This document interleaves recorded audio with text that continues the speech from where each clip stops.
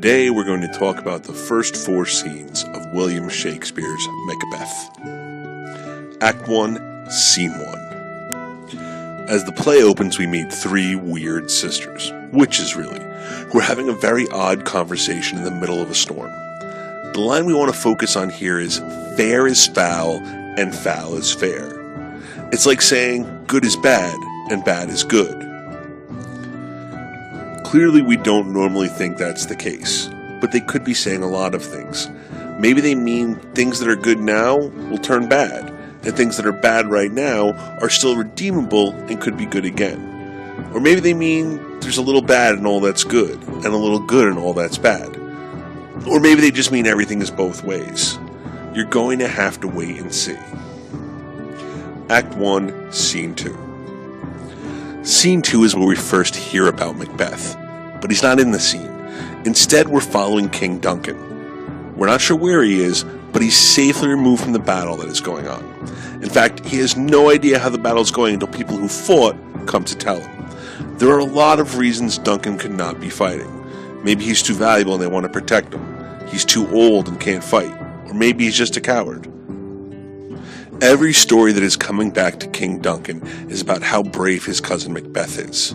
Macbeth fought against great odds to kill the traitor MacDonald, to rout the King of Norway, and to capture the traitor the Thane of Cawdor.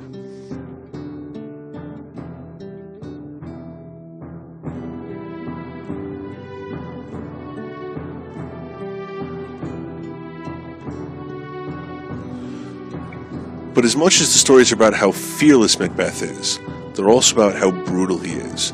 He almost sounds bloodthirsty, but he's fighting to protect his country and his people.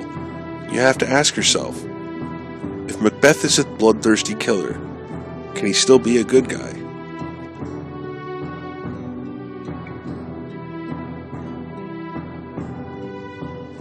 Remember, Macbeth didn't just kill MacDonald. He unseamed him from the nave to the chops. He cut him open from the belly button to the chin. And then he cuts his head off and mounted it on his stick. It's excessive for sure. Act 1, Scene 3. We're back with the witches again. Macbeth and Banquo are about to show up, but they're not here yet. The witches are passing the time talking about how they tried to drown a sailor because his wife wouldn't share her chestnuts. They seem particularly cruel and untrustworthy, but Macbeth and Banquo aren't here to hear this yet. They know nothing about the witches so far. Macbeth and Banquo finally show up, and they notice the strange witches right away. Banquo pokes fun at them, saying, "You should be women, but your beards forbid me from interpreting you as so." Other words, they look like they might be women, but they're so ugly and hairy that it's tough for him to recognize the fact. In about a minute, he's going to wander out loud why the witches are only saying nice things about Macbeth. Maybe it's because you made fun of their beards, Banquo. Try and be more sensitive. The witches greet Macbeth as Thane of Glamis, and Thane of Cawdor, and King of Scotland. He's clearly not all of these things, so the witches must be predicting the future. This all makes Macbeth nervous. He can't possibly be these things. Banquo's mind doesn't quite work the same way as Macbeth's, so he doesn't understand why it's a problem. It's like, hey, they're saying these nice things to you. I wish they'd say nice things to me. Hey, witches, why don't you say nice things to me? What's going to happen in my future? And the witches say he's going to be lesser than Macbeth, but he's also going to be greater. Because while he won't be a king, his kids will be kings.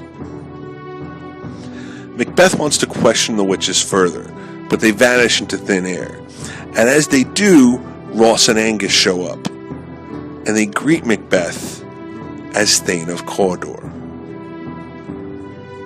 The king has promoted Macbeth to replace the traitor Thane of Cawdor. Banquo and Macbeth are both shocked, and they begin to think, if one of the witches' predictions were true, maybe they're all going to be true. Maybe Macbeth will become King of Scotland. Maybe Banquo's children will be kings of Scotland.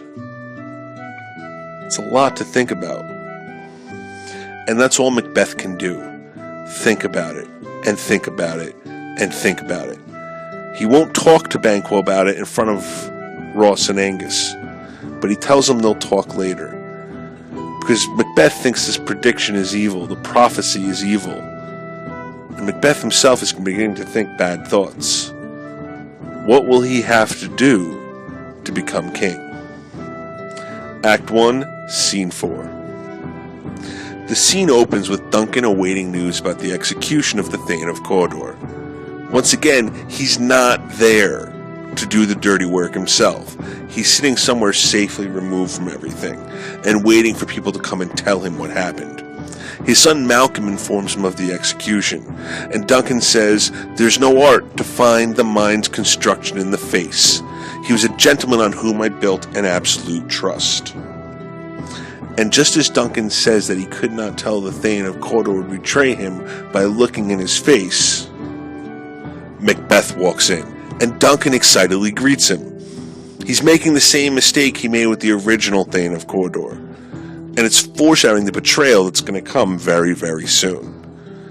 But Duncan goes on and on about how brave and awesome Macbeth is, and how much he owes him. And in the middle of doing this, he says, "Oh, and by the way, I have to name my successor. The next king should be an awesome person too. Somebody like my son Malcolm." There's now another person between Macbeth and the crown. He says, "That is a step on which I must fall down, or else overleap." So either this is going to stop him from becoming king, or it's going to be something else that he has to take care of. He's either going to have to wait for two people to die, or perhaps he'll have to kill them himself. And that gets us all caught up through Act 1, Scene 4.